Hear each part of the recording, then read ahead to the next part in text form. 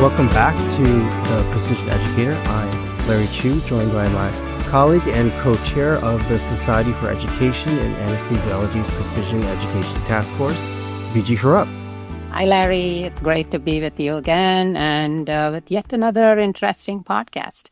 So we do have two program directors, and program directors sit at the intersection of systems and people. So they're accountable for outcomes, for accreditation, to make sure that learners are all growing, and to develop trust between the trainees and also with the public at large.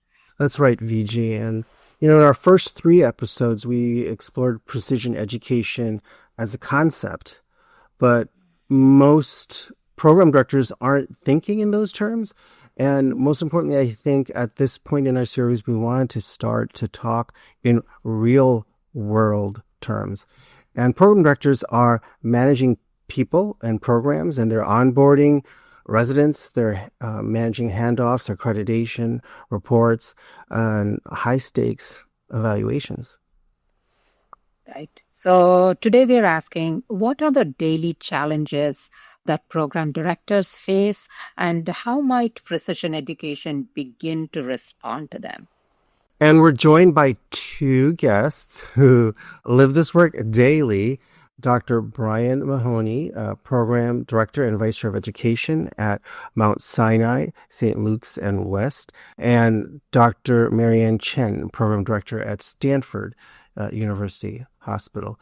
And of course, we know them well because Marianne is a member of the SEA Precision Education Task Force, who is helping to develop a Program Director dashboard with us on our working group. And Viji, do you want to maybe mention it, Bryan? Yeah, exactly. And they're also the co-hosts of the PDs at SEA, a conversation series for and by anesthesia residency leaders. So Bryan and Marianne, welcome. Thank you for having us. Yeah, excited to be here. Thanks. Let's begin where you both live. You probably don't use the phrase precision education every day in your work or in your programs, but I bet you're dealing with the kind of challenges that precision education hopes to or wants to address. And I want to start there.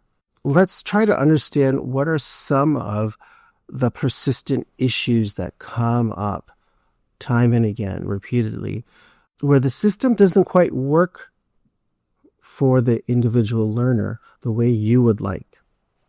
Let me situate you in my residency training program, because I think all programs are different, the markets, the locations where we find ourselves. I'm a program director in the heart of New York City on the Upper West Side near Midtown. It's a busy city. The overhead of running a hospital is high compared to maybe some other places. So unfortunately, I think that the logic of residency education is shaped more by the time of production pressures of the delivery of anesthesia to our community and within our healthcare system than maybe some other places. And I think other New York City residency program directors would probably share that sentiment. Now, what that means is trying to shape the resident education around the delivery of anesthesia kind of necessitates somewhat of a one-size-fits-all approach to education, to evaluation, and to development of our residents. And that is difficult. That's almost the opposite of what the precision education model aims for. Even with that one-size-fits-all model, unfortunately, there's still many, many challenges. And I would say it's probably my number one or two challenge as a program director. I still struggle to collect meaningful, actionable feedback for my residents to even approach an individualized approach to their learning development with that one-size-fits-all feedback delivery system. And even getting that feedback is many times difficult, right? And the type of feedback you get is also maybe not the best. Extremely difficult. So, Bryan, you mentioned feedback. Marianne, to mention maybe a way that the system isn't working for individual learners the way that you would want it to at Stanford. Yeah, I 100% agree about the comment on feedback and getting good feedback that can drive our assessment system. I think our assessment system fails without appropriate feedback and a lot of faculty development, which is challenging. A little bit about our program at Stanford. So we have over 90 residents in our entire residency program and over 300 faculty. And so I think when we think about education, it's our role as program directors to make sure that our residents are progressing appropriately, but we also rely heavily on our faculty to do a lot of that teaching and assessment, which is challenging when you have so many faculty in a department who may not understand the educational goals of the residency program and train differently, trained at different times, trained in a different program. I think something else that's challenging is just the sheer fact that we have 90 residents and each resident is going to progress at a different level. And we are similarly in how we do things, kind of one size fits all, right? We expect that every resident per the ABA and ACGME does 2 months of OB, 2 months of cardiac, which for most residents will be enough exposure to feel comfortable practicing, OB independently. But for others, that may not be the answer. And when I think about precision education and the challenge is how do we meet the needs of each of our learners in a system that has worked, as Bryan says, is a one-size-fit-all system, and yet, make sure that they're prepared to work independently and care for the community of patients that they will be taking care of in the future.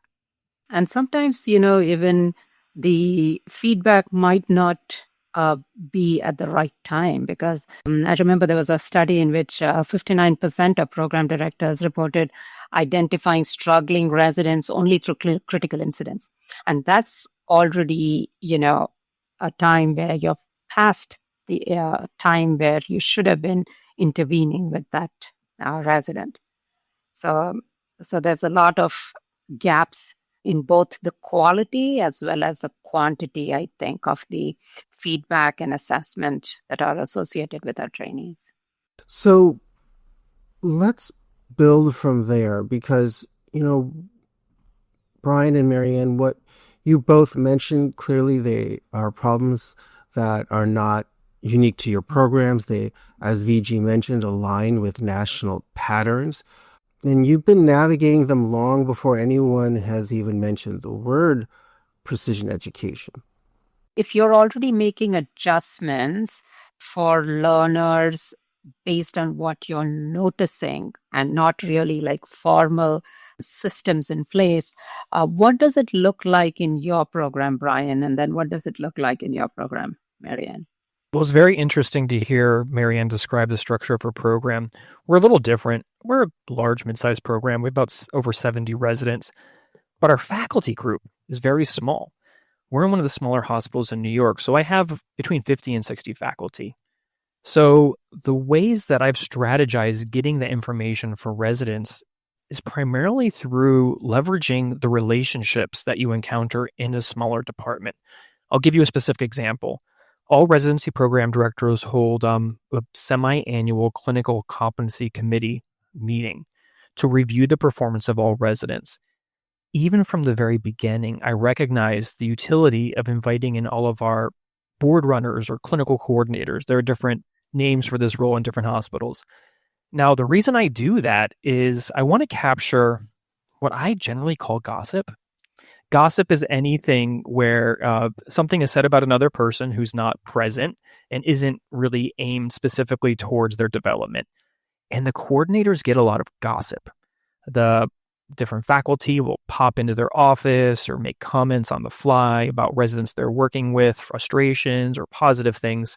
And so even though the information is not getting into my formal written evaluation system, maybe not even I am hearing about it because these faculty, maybe they have the impulse to say something or express themselves, but they don't want to say something that would impact the resident. Little do they know that's exactly what I need to help develop these residents. So we leverage those relationships. We bring them into our CCC meetings to get that information. And unfortunately, thank God it's semi-annual, that is oftentimes the first that I'll hear about a resident who's struggling, which is always shocking. The really shocking thing is that everyone else in the room is surprised that the residency leadership finds it to be a surprise because they think, oh, everyone knows this resident's struggling. So that's a way that we've helped to loop in and get that information into play when our formal written evaluation system lets us down. That resonates though, because what you're describing is already personalized education or some aspect of precision education, just without maybe the really, really formal infrastructure or the electronic infrastructure. You're collecting signals and information just in a different way. But it works. Right. It seems to be working some way for you and guiding you in some way. Yeah. And Marianne, with your work with the dashboard at Stanford, what kind of patterns did you start to see when you looked at all of this data across time? To speak a little bit about the platform and the dashboard that I'm working on with Larry, we're trying to pool as much data as we can on each of the residents to be able to see on a day-to-day, month-to-month basis how the residents are doing. And when we're pulling data, some of that data includes the cases that they're doing, the procedures that they're participating in, the rotation schedule, milestones, as well as, written comments, although there's not as many written feedback comments as I would like to see for each of the residents. And so the idea behind that is, again, like I mentioned, we have 90 residents. It's hard to track how each of them is doing without good data. And it's also hard to know kind of areas that they may be struggling in and areas that they may be excelling in. We also similarly do a CCC meeting every 6 months, but that may be a little bit too late to track that. A resident has done OB and struggled to, feel really proficient with epidurals, and to capture that data in real time so we can make adjustments to their schedule, to their rotations. And so the idea behind the dashboard is that I can get that data on a daily, weekly, monthly time frame and be able to make adjustments to meet the learner's needs in real time versus a year later when we finally get that data. So you can see how many individual types of cases a resident has done? Correct. We're able to pull case data. And again, with a large residency program, I think the experience can be very variable. One resident may do 2 awake fiber optic intubations during their residency, while another does 20. And so figuring out how to be able to, share those cases equally amongst the residents so that they each get similar experiences and that they can all, graduate from our program knowing that everyone had, everyone's going to have a little bit of a different experience, but similar across maybe more so of the major cases that they'd like to see or feel like is important for their education. That's great. That's a great start because it can turn this hidden inequity, right? Because sometimes even the residents don't know that they're missing some types of cases, and you're taking that and creating some actionable insight. So that's it's a fairness conversation into a systems conversation. So that's amazing. So, what I think is interesting is we talk about some of the challenges we face. We have some models for how we might address some of them. We're talking about, Bryan, you mentioned you have your meetings that you run to get information. Marianne, you're using a data-driven dashboard, or you're moving into exploring data in that way. Our last podcast episode, we had Dr. Caldwell from University of Michigan, where they run something called MPOG, which is a large national database of federated anesthesia data. And they actually send our monthly email to us that shows us how we're doing with our anesthesia care. So you can see there's different models of giving feedback or getting information and driving improvements. And so I wanted to maybe spend a moment and have us think a little bit about that next step from recognizing, we could do better, to how do we bring this into our programs, or, how could we see bringing precision education or more data-driven methods, data-informed methods into our programs. what roadblocks or barriers do we see or challenges do we see in doing that? I would throw it out there and maybe to the group and ask, what challenges do we see in either collecting the data or looking at the data or sharing the data beyond the technology part, but maybe the people or cultural part? I will use the word that everyone's thinking, time. Time is always a huge challenge. We're pressed for time. There are so many sources of information that you're drawing in. Marianne brought up case logs. Very important. You have to have up-to-date case logs, and you have to have actionable and accurate information about what your residents are seeing.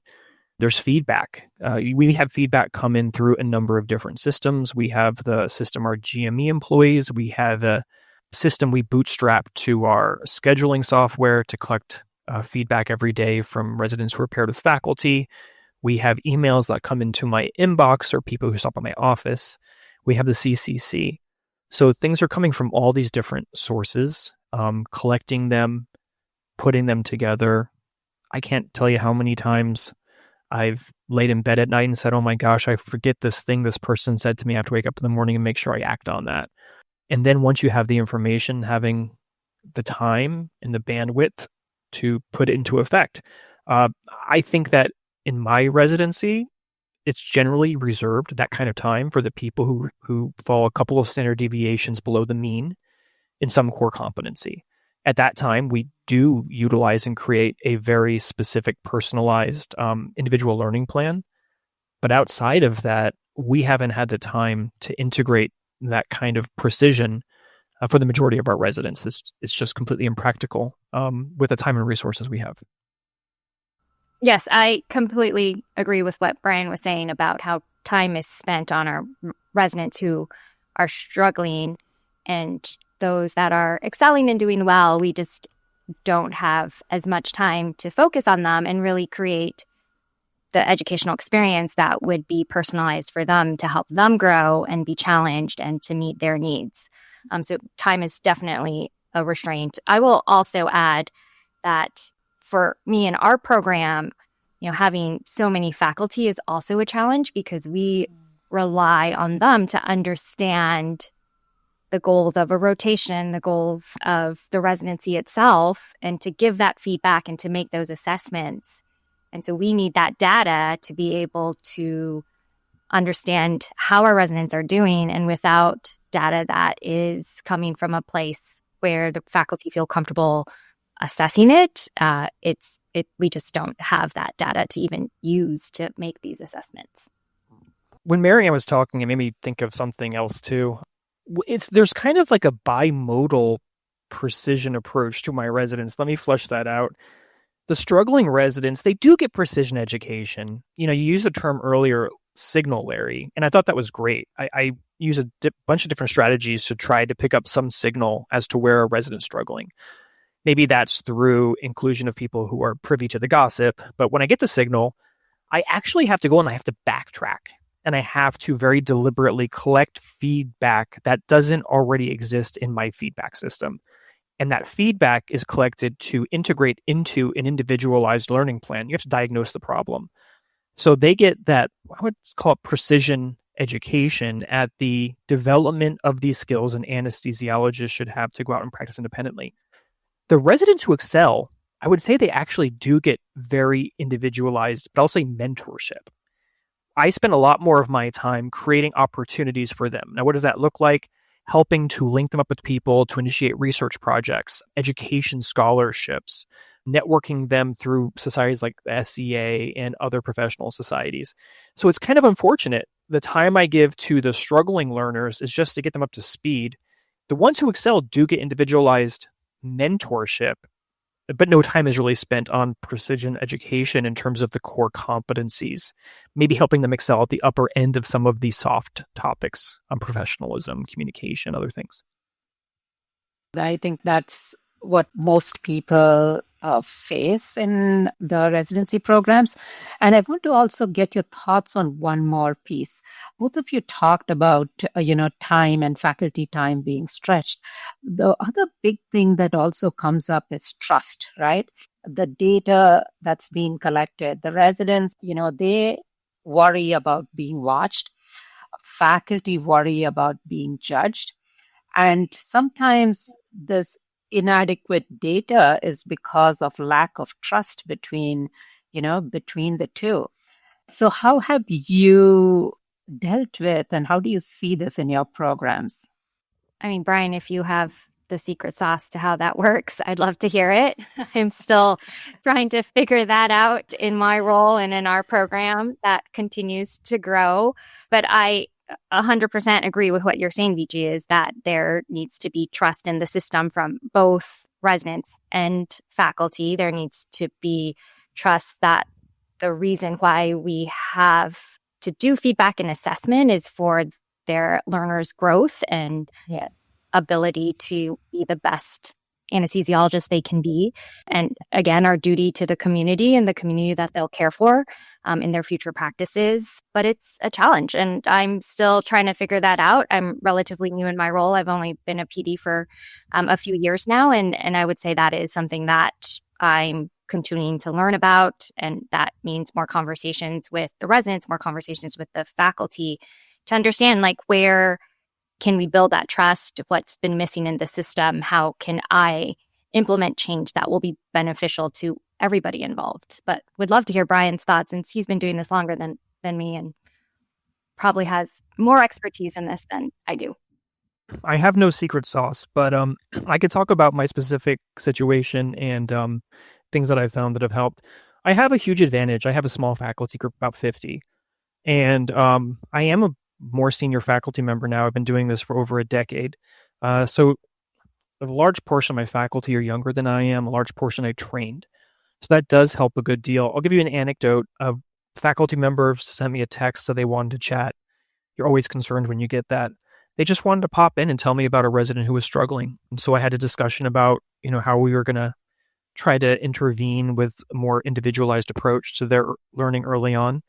And that's huge. And I expressed over and over to that person how much I value their input, how much I respect the commitment they have to resident learning.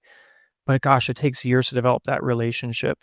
I really think that a lot of us are looking for systems to solve our problems, where I think that so much of what we accomplish and excel in has to do with relationships. And trust is something that develops within relationships. The residents have to trust that their feedback is anonymous. The faculty have to trust that the feedback they give will be constructive, taken in the right way. And that's really hard to do. The funny thing is, the elements of effective and constructive feedback work.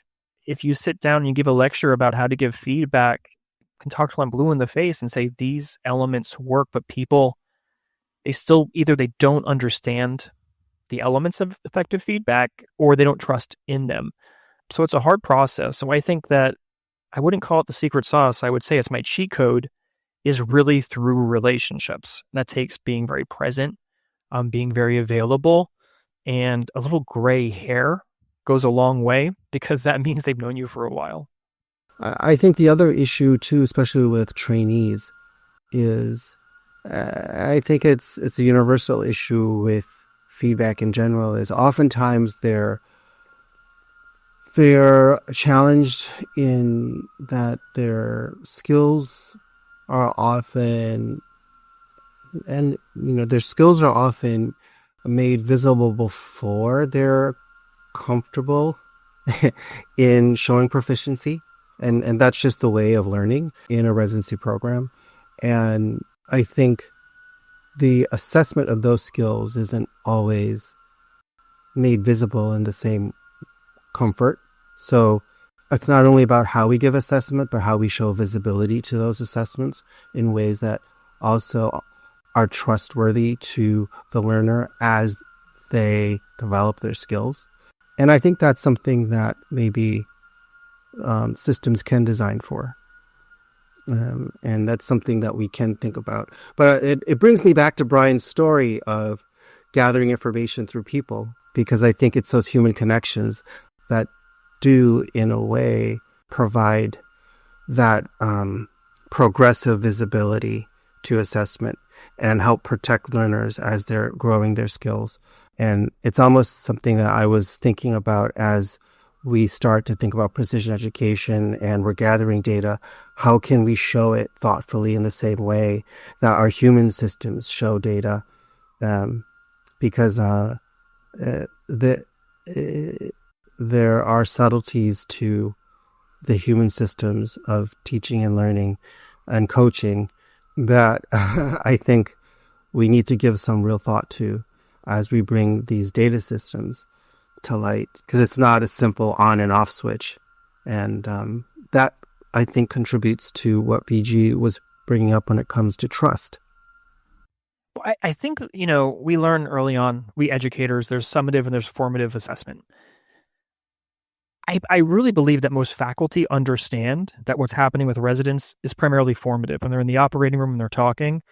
But it's almost like when you're clicking the buttons on the keyboard, when you're entering an evaluation, everyone's mind goes to, this is summative. And trying to rewire both my residents and even my faculty to say, this is formative. This is not a grade. I mean, residents have spent their entire lives getting grades. When they come, we just did our mid-year reviews, they look at their evaluations and they look at them like grades. And I'm constantly trying to push back and say, listen, you're growing. I say, trust the process over and over again. And there's something I love about the one size fits all. They say, oh, I'm really struggling with this. If they're a CA1, I say, well, gosh, if only this was 3 years more of training you had to get under your belt to learn this. And they giggle because obviously there's 3 more years for them to learn this. So helping people to reorient themselves to the formative nature of everything that we're really doing. Even the ITEs are supposed to be formative. They're not treated like that by fellowships, right? But rewiring everyone is a major challenge. Yeah, so I think we can go to the next topic that I wanted to bring up again. As program directors, you're both protectors for the trainees as well as their coach. So when we are talking about collecting data and using it, what guardrails do you think need to be in place so that the learner data can be used ethically? Marianne, you want to go first and then Bryan? Yeah, that's such a good question, right? Because there is so much data out there. And as Bryan mentioned, right, like data and evaluation forums, right? And wanting it to be for growth, but yet they see it very differently. And faculty may see it differently as they're entering it as well. And so to me, it's not just one piece of data that we look at. This is kind of the beauty of the dashboard that Larry has created, is that it brings data from many different points so that we can look at it as a whole and determine that this seems like an outlier piece of data that may not be accurate versus this is aligned with all the other data that we've collected, so that we can look at it from multiple perspectives and not just one type of data to drive our assessments and then, drive our educational plans for each of the residents. So to me, it's collecting from multiple different sources and looking at it over time to see patterns is important. And then also to see where there may be outliers that, this was a bad day, a not great relationship between faculty and resident, and we should not, necessarily use this piece of data to make plans for assessments. I mean, if we look at quantitative data, I've oftentimes thought about excluding the outliers. If there's just a couple of outliers, maybe exclude them. But when we talk about ethics, there's ethics in terms of how information about this person might be entering outside of the sphere of the safety of the information that we handle in the residency office. But then there's also just information that gets to them. You get anecdotes as you go along doing this, and there's one I'll never forget. I try to be very open. This is your feedback. I have no problem showing it to you. And I let a resident read a batch of feedback I had not screened. Little did I know that in there was a weapon of feedback mass destruction that was put in by one of our faculty. It violated every single principle of effective feedback. It was atrocious. It ruined my relationship with that resident, because she, when she saw it, she wanted to know who wrote it. And at that point in time, we unfortunately had anonymous faculty evaluations, which I've eliminated.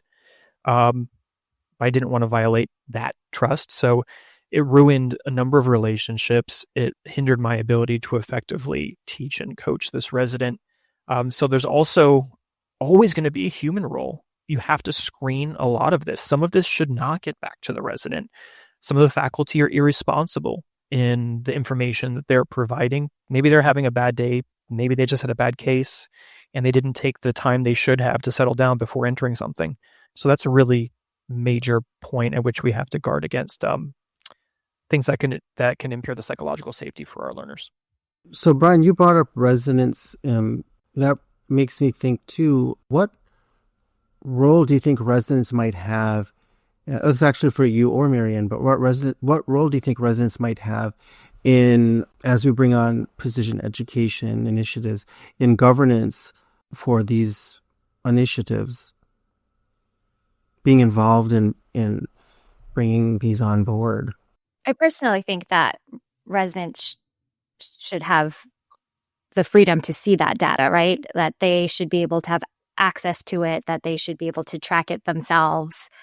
I think that what's missing a lot of times is a little bit of a mismatch between their self-assessment and perhaps how they're actually performing. And so to be able to calibrate that a bit with this data is important. Like Bryan mentioned, though, like we need to be able to screen that data to show them what is appropriate and maybe what was done not appropriately and inaccurate. But we want our learners to be lifelong learners. And part of that is to be able to get that data. I mean, as faculty, we get that data, right, with evaluations. And we want our learners to be able to use that data for growth and to see it as a way that it helps them. So they should have access to the data and use it to, to drive their goals for their next rotation and to do some self-assessment to figure out, what are the areas that I need to work on and how am I going to achieve that? And that's where, we as program directors play a role in coaching them to figure out a plan and make action plans, as well as, our other faculty mentors who play a large role in advising and coaching our residents. Great. Well, and talking about lifelong learning and or coaching, I'd love to jump into asking each of you to think about if there are moments looking back that you think if you had a better way to see something earlier in a resident, that you might have been able to help them differently in coaching or mentoring. And, I'm thinking forward to maybe there could be a way in the future with data or with precision education that could help you. But thinking back to, and you don't obviously no specific details, but, a moment where if you had earlier insight, you might have been able to do something differently. Can I go back to your last question, actually, Larry? Because you got my brain working a little bit. When I think about precision education, I think we've talked about the problem with faculty engagement, data collection time, and everything. But so often when my residents come to me and express some dissatisfaction, it's always with feedback or interoperative teaching. I mean, we all hear that all the time. One of the lessons I try to get across to them is they seem to view the residency program as an impersonal system that will do everything for them. The people who are successful are engaged, express autonomy, and really try to find the resources they need. I think maybe the key and maybe the way that we could get precision education working for us is to try to put some of the tools in the hands of the learners. I don't have the time, but I've noticed when my learners really struggle, this is a hack I've found and I've done some workshops about it. What we do is we create an individualized assessment sheet. It's on paper. We insist that it's filled out with pen by the faculty at the end of the day. We tell the resident every single day, we print them out for them. You will take it to your faculty. They will sit down with you and they will fill this out. That has solved the problem. But so often, I just in my mid-year reviews, I say to my residents, are you asking for feedback? The vast majority say no. So can we create tools for our learners to have a sense of agency? They can do, they should be doing some of the work in helping us to collect the data. We have these automatic emails that get sent to faculty, and every 6 months, my chair has to tell them that they're going to be punished if they don't see their numbers go up. It's just a terrible game we're playing. Maybe the key really is to give a sense of agency to our learners. And listen, if they don't want to take advantage of it, if it's not important to them, we're providing the tools. And then that can help to bring in some of the information, to bring in some of the data. Like any system, there's going to be downsides and perverse incentives that come up with it. But I really think that reminding them, you want more interoperative teaching, bring a topic or bring an article to your attending. I guarantee you they're going to be much more likely to spend time learning with you if you do that. Yeah. Making them in charge of their own learning, because it's, principles of adult learning. It's also, taking into account that they are the biggest stakeholders in everything that we are doing, right? So it should be geared towards them, but also include them, in a very visible way. Maybe And I think gamify it. Yeah. and or empowerment in some way, and giving them tools of empowerment to take more action over their own education. Agree. I actually think this also helps faculty want to teach more and give the feedback when they know that it's being brought up by the resident. This is something I want feedback on. This is something I want to learn about, and that they're owning their own education. A faculty member is much more likely to be like, yes, absolutely, I want to help you. And it also takes away the, daily question of what do you want to learn today? And what do you want to talk about? And, going through a list of topics versus this is something that I can focus on and talk to you about today in the OR. And, we have goals for the day. And so we encourage our residents to do that with feedback and topics to discuss, and have definitely seen more engagement with faculty in this way. Yeah, and that also brings us to the next question of, when we're talking about precision education and we're talking about collecting data, does the kind of structure that we're talking about risk depersonalizing growth? So where do you see the human interaction when we're talking about, data collection? Well, I just did my mid-year reviews, and we review the data, and that's where we humanize it. Sometimes it's a discussion about how to take in feedback, how to evaluate how meaningful this feedback is. I really think that someone has to take ownership of that residence, of each resident's learning. You can be a program director who spends a lot of time doing this. You can have faculty mentors, but there has to be a point at which there is an invested human being helping this person interface with the information. Otherwise, it might one be dismissed. It could create cynicism. I think one of the dangers, one of the benefits of precision education is really getting better, earlier, actionable data. One of the downsides is potentially thinking we can offload the importance of humanity in developing these bonds and relationships. I see all the time the difference that makes for, that's what people want. No matter how we think these people are disconnected and they're on their phones all the time, every single human being craves connection. And these residents, they're in a very vulnerable position. They crave mentorship, guidance, someone they can trust in. You feel it when you're serving that role with them. We just also finished our mid-year reviews, and I meet with the resident and or one of my associate program directors, and we meet with them twice a year, go over the data that we have, and completely agree that there needs to be also somebody that explains why we're even looking at this data, right? Many of them have not heard about the Clinical Competence Committee or what the purpose of the committee is, and somebody just explaining it to them so that they can understand how to even approach the data and how it's being looked at. But it's those connections that Bryan mentions that are so important to their growth and to their acceptance of understanding why we do what we do and why we need to have the data to be able to make assessments. One of the through lines that we've uncovered through this season of the Precision Educator and talking to different experts in the field is this idea that one of the end goals of precision education, sure, yeah, it's education, it's learning, but I think it's also this idea of human flourishing, that it's promoting the well-being of the entire person, not just one outcome of learning.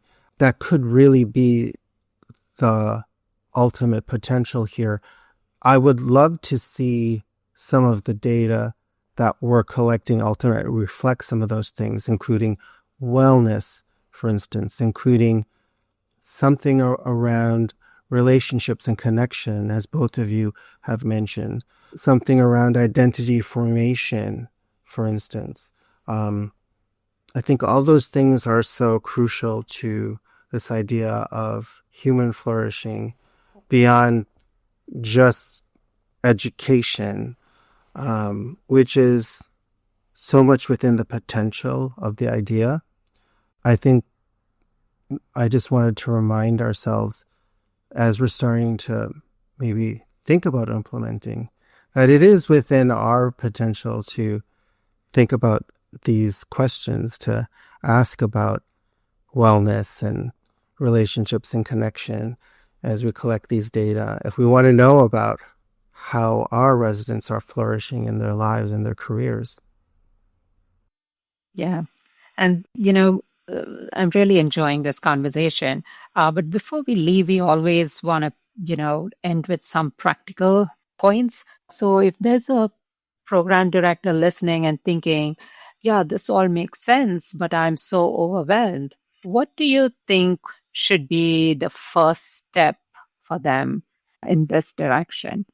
Sure. I think that precision education is going to look different for each program, right? And that a program director needs to think about not only what's best for their residents, but what's going to actually work. What systems are in place, what systems need to be built to make it work within the system that they work in, right? Like as we've already heard today, Bryan and I work in very different programs. My program has 6 times the faculty members that he has. And so that's going to look different of how we implement that and how we get the data. Same thing with a program of 10 residents versus 90 residents. And so, I think there's many resources out there to help, but just thinking about what is actually feasible within the program that they're working in. You beat me to it. That's exactly what I was going to say. I'll maybe reformulate it a little bit.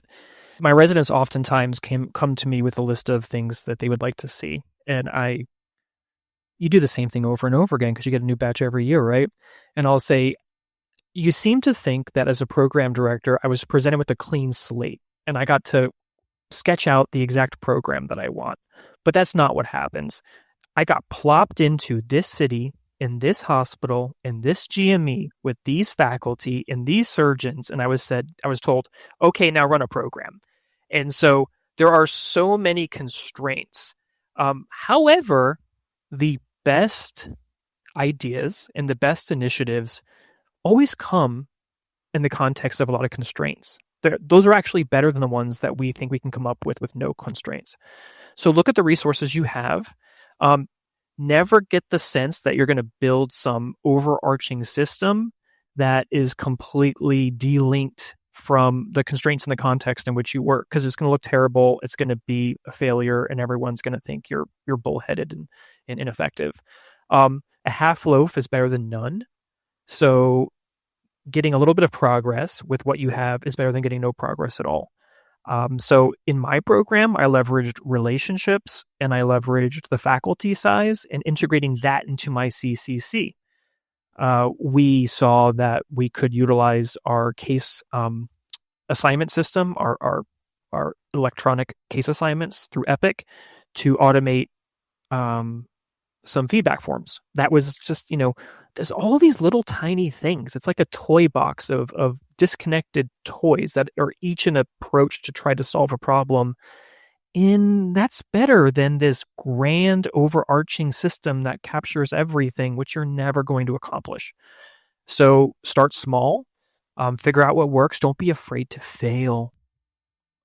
failure is great. Being vulnerable, showing people that you're willing to try something with a warning that you're just trying. So yeah, I'm just really mirroring what Marianne says. You have to know what you're dealing with, and find something that works within the context.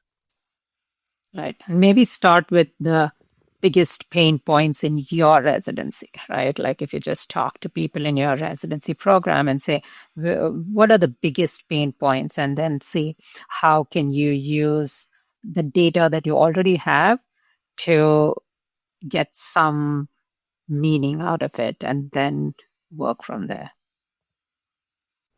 Yeah, I think low friction, I think is key, and to I think stay transparent and focusing on things that matters to people. I like your half a loaf is better than none. I think I'm going to steal that saying, Bryan. Okay, so I think we're going to close this episode of the Precision Educator. I think if there's one thing that I took away from today's conversation, it is that precision education isn't just about the technology. It's really about people. It's about the connections. It's about the leadership that is going to make it happen. And program directors are integrators, right? They are the great connectors. You bring the systems, you bring the stories, and you bring patient safety and try to marry all of them together. So thank you, Bryan and Marianne, for joining us today. Thank you for having us. Yeah, same. Thanks so much for this great conversation. You've been listening to the Precision Educator, where we explore how data, coaching, and innovation can transform the way we teach and learn in medicine. In today's episode, we talked about what happens when big ideas meet the reality of program leadership and how precision education can become a tool and not a theory. Our goal is to help you move beyond one-size-fits-all education and towards approaches that are proactive, personalized, and participatory. If you've enjoyed today's conversation, please subscribe and share the podcast with your colleagues. And if you'd like to join the movement, connect with us and the Society for Education in Anesthesiology's Precision Education Task Force. Until next time, I'm Larry Chu with my co-host, Viji Kurup. and this has been the Precision Educator.